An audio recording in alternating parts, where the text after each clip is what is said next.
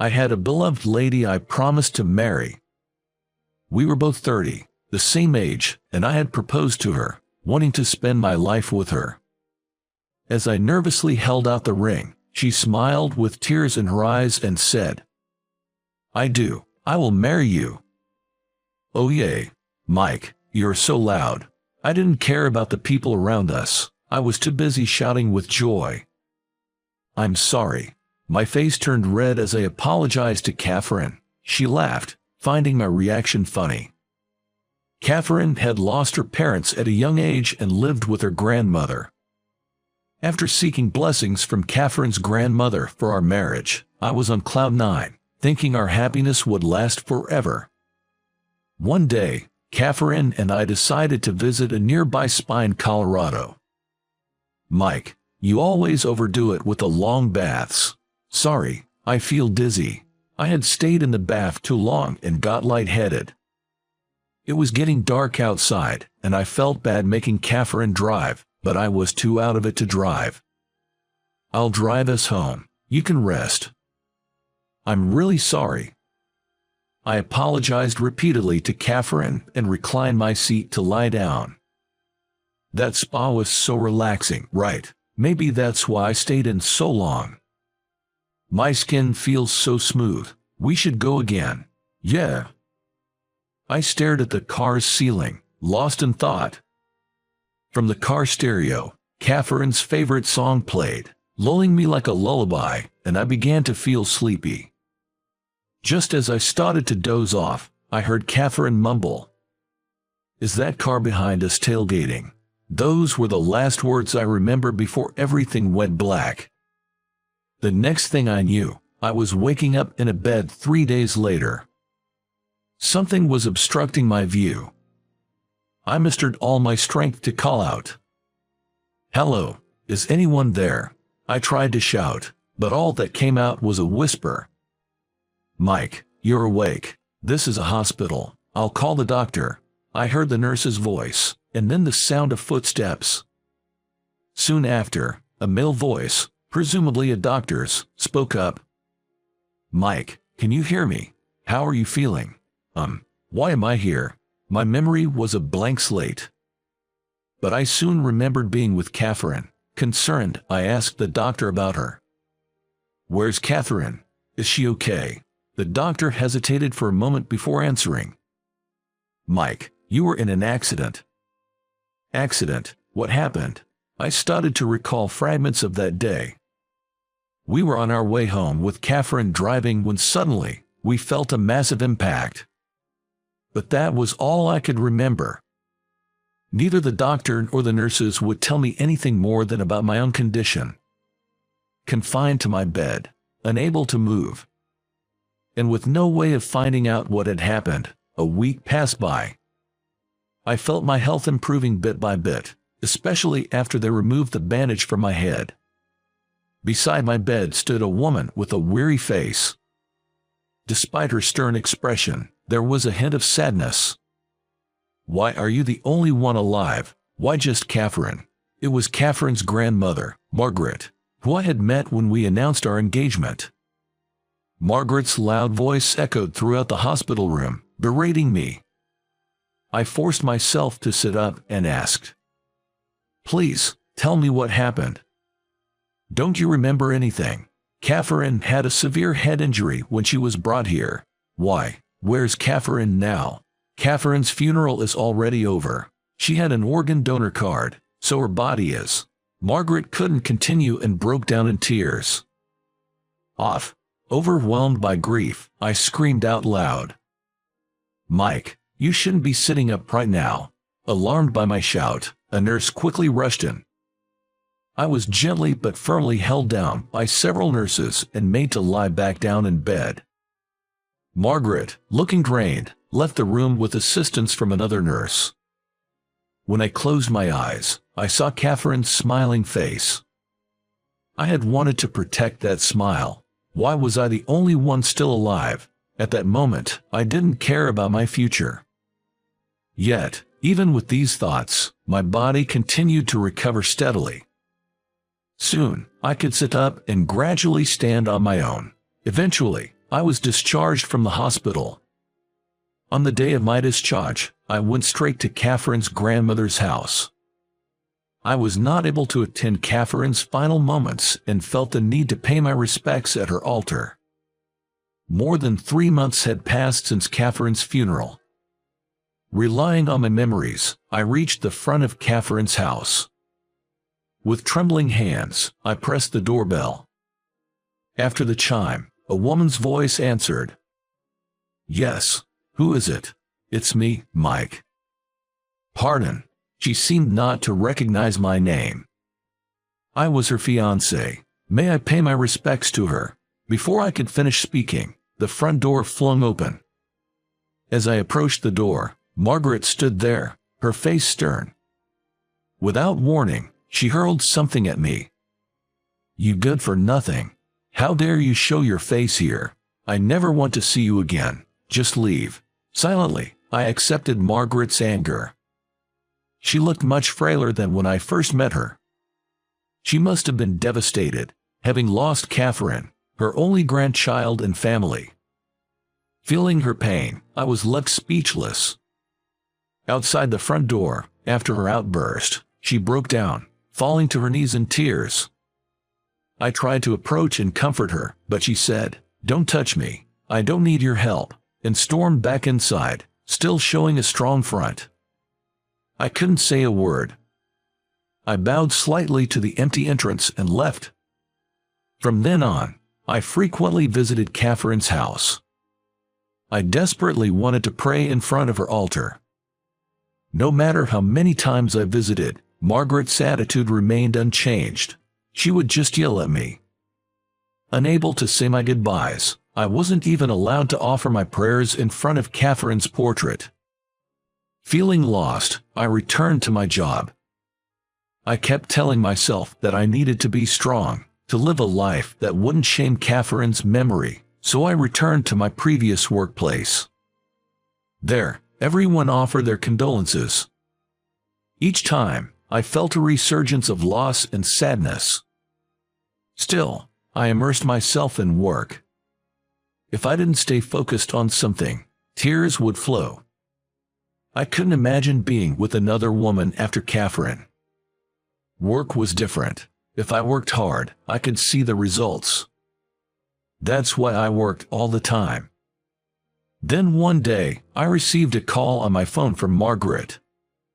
For a while, I have visited her frequently, but then I stopped, thinking my visits might be prolonging her grief. Before I knew it, a year had passed since Catherine's passing. "Hello, is this Mike?" "Yes, speaking." Hesitantly, I pressed the call button as I recognized the unfamiliar number on my phone's display. "It's Margaret, Catherine's grandmother." "Margaret, I'm sorry for calling out of the blue. If you're free this weekend, could you come by?" I assumed she was inviting me for Catherine's first-year memorial service. That weekend, I visited Margaret.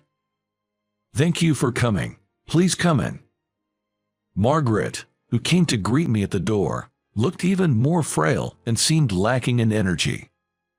"I brought these. They are from Catherine's favorite pastry shop. Could I offer them in front of her altar?" "That's very thoughtful of you. Thank you." I sat in front of the altar and stared at Catherine's portrait. She was captured in a moment of radiant happiness. "Such a lovely picture," I murmured to myself. While I was praying and gazing at Catherine, Margaret spoke from behind. "It's a beautiful picture, isn't it?" "Yes, very much so." Tears flowed naturally from my eyes. "Oh dear," Margaret remarked, handing me a tissue. "I'm sorry for all the times I yelled at you and turned you away." She bowed her head. "Please, raise your head. It was my fault. I shouldn't have let Catherine drive." "No, neither of you are to blame. It was the drunk truck driver. I took out my unplaceable anger on you. I made you suffer. I'm so sorry. My health hasn't been great lately. I've been worried about what will happen to Catherine's memories after I'm gone, so I wanted to reach out." "Are you okay? Is your health all right?" "It's a selfish request, but when I'm gone, could you visit Catherine's grave for me? Margaret handed me a piece of paper with the address of the cemetery where Catherine was buried. Please don't say that. I felt a deep pang of sorrow looking at Margaret's sad face. There's also something else I wanted to give you, which is why I called you here today. Margaret placed an envelope before me. The front read, "To the family of the heart donor." What is this letter? It's from the person who received Catherine's organ donation. Please read it. I took the letter, carefully unfolding the neatly folded paper inside. Upon unfolding the neatly creased envelope, it was densely filled with handwritten words. It contained expressions of gratitude from the person who had received Catherine's heart through transplantation. The letter detailed their gratitude for having been able to breathe the outside air after enduring a long battle with illness post-transplant. The handwriting bore a slight resemblance to the way Catherine used to write. The note was adorned with rounded, endearing characters at the corners. Catherine's heart. It's still beating inside someone else. Margaret nodded in silent agreement. It wasn't long before Margaret passed away. I never failed to visit Catherine's grave every month to pay my respects. From then on, I was mostly immersed in my work. Having lost Catherine, and now in my 40s, I have given up on the idea of falling in love again. A decade had passed since the accident. Being deeply engrossed in work and being single for so long, my superiors and older colleagues began suggesting I should marry. There were only older female colleagues, except for one part-time lady, and they seemed concerned about my bachelor status, even broaching the subject of arranged dating. I'd always respond vaguely, politely declining each time. Then, a woman from another department was transferred to ours. She was 30. Coincidentally, her name was Katie. "Hello, I'm Katie. Nice to meet you all." As she introduced herself with a bright smile, my heart skipped a beat. Because she had a dimple in the exact same spot as Catherine. For the first time since losing Catherine, I found myself constantly stealing glances at Katie. "Mike, can you work with her for a while?" Snapped back to reality by my boss's words, I responded, "Sure, nice to work with you, Katie." "Thank you." From then on, we worked together constantly. She always gave her best, making diligent notes and always trying hard. "Katie, you don't have to push yourself so hard." "No, I'm okay. I actually enjoy this." "Enjoy? Wow, I can't even remember the last time I felt like that at work." We both laughed, and then she said, "I have been hospitalized for a long time, so I'm just happy I can work now." "Oh, I see. I'm glad you're doing better now." "Yes," Katie responded with a vibrant voice and a cheerful laugh. Her smile at that moment reminded me so much of Catherine, almost making me wonder if they were related. From then on, I found myself longing to see Katie smile and began engaging in lighthearted conversations with her more frequently. When Katie started getting used to working alone and I was away from my desk for a bit, I found a sticky note on my desk saying I had received a call. Reading the handwriting on the note, I was taken aback. It was strikingly similar to Catherine's handwriting. The characters, with their rounded corners, looked so adorable and familiar that it took me by surprise. Katie approached and seemed to notice the note. "This sticky note, Katie, did you write it?" "Yes, you had a call a moment ago. They wanted you to return it when you can." "Oh, okay, thanks."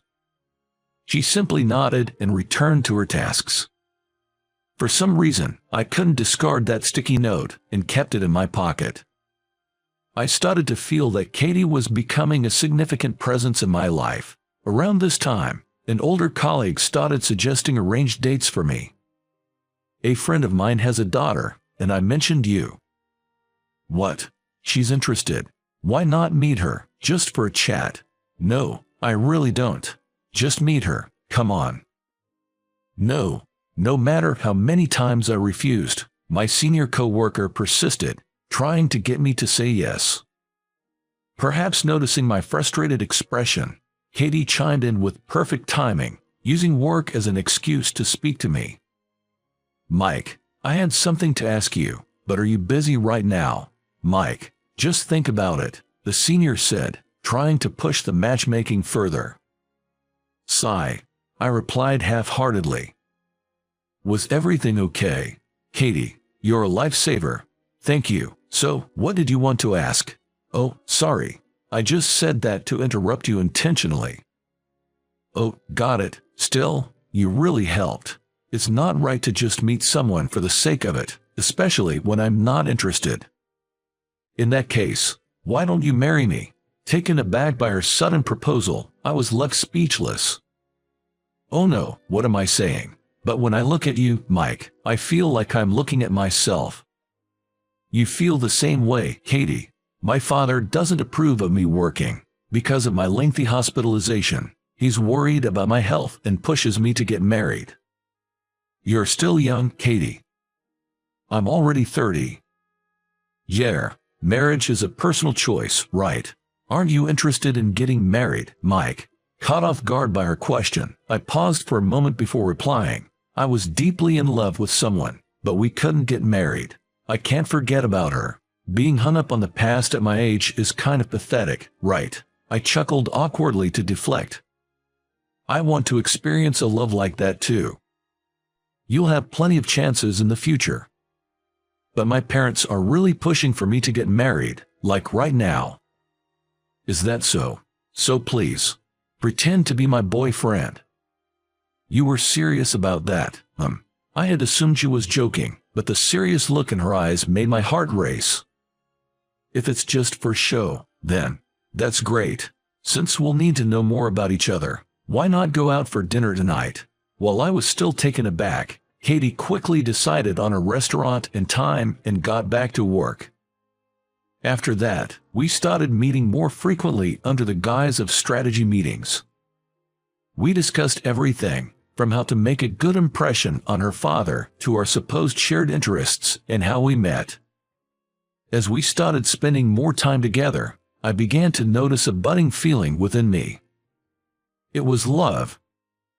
Being with her was joyful, and I started to desire to know more about Katie and to spend even more time together. However, I couldn't be honest with my feelings. I figured she probably wouldn't be thrilled about being liked by a 40-year-old man, and more than that, I was afraid of betraying my feelings for Catherine, who was my wife. Holding back these emotions, the day came to visit her house. We agreed to meet near Katie's home, and she led me to her residence. "Are you nervous?" "Yes, very." I was incredibly anxious. A different kind of nervous than when I had visited Katie's grandmother. I was worried if I could keep up the charade. "I'm nervous too, but my father was really looking forward to meeting you." "I'm just concerned I might slip up." Katie chuckled softly.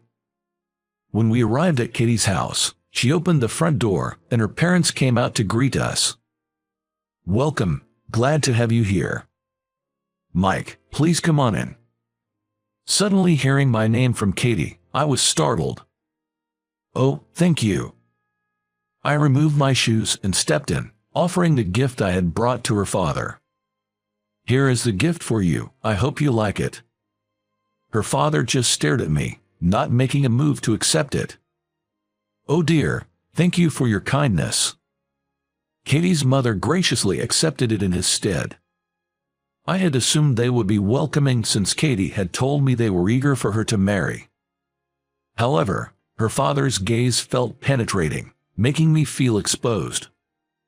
They led me to a traditional sitting room where her father took a seat across from me. Katie, claiming she would help her mother, left me alone with him. Without wasting any time, her father spoke up. "I apologize for making you go along with Katie's charade." "No, it's..."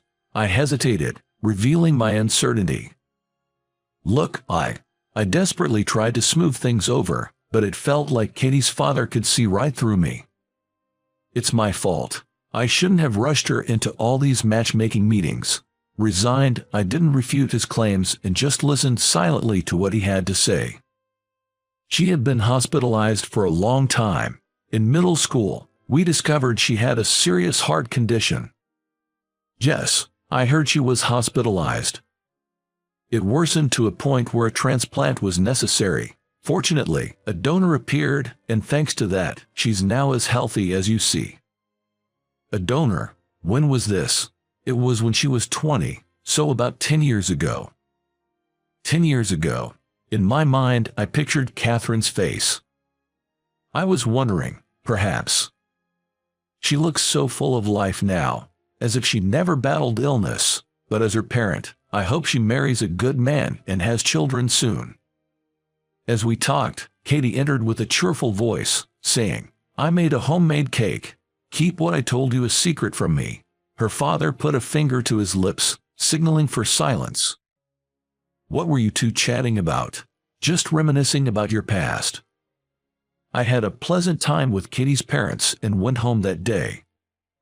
After debating whether to tell Katie what her father knew, I decided to reveal the truth. After work, I called her to a nearby park. I'm sorry for calling you out here. I wanted to thank you for the other day. Truly, thank you. And about the other thing. Katie seemed hesitant, like she wanted to say more. Without noticing her discomfort, I revealed that our secret was out. What? Dad knew. He hasn't said a word since the day you came over. Parents are sharp, aren't they? He actually asked me to keep it from you, but I've been thinking, I want our lie to be the truth. What do you mean? Maybe I got ahead of myself when you mentioned marriage, but I've felt that I could fall in love with you all over again. I want to know how you really feel. I also want our lie to become our reality. As Katie confessed this, her face turned bright red. From there, our relationship, which began on a lie, turned into a genuine romance. I've always wondered, why did you ask me to pretend to be your boyfriend? Well, during my hospital stay, I had a teddy bear that looked a lot like you, and something about you felt familiar, like I'd known you before, so I thought you'd be the perfect choice. I see. Seeing Katie's puzzled look, I chuckled. That sense of familiarity. I wondered if it had something to do with the heartbeat of Catherine's heart inside Katie. But my love for Katie wasn't as a substitute for Catherine. After 10 years, I took out the photo of Catherine's smiling face from my wallet. I placed that photo, along with a letter addressed to Catherine, deep inside a drawer. Thank you so much. Please keep watching over us, I murmured to Catherine's photo. I hope you enjoyed this. Your subscription to our channel really motivates us. See you in the next video.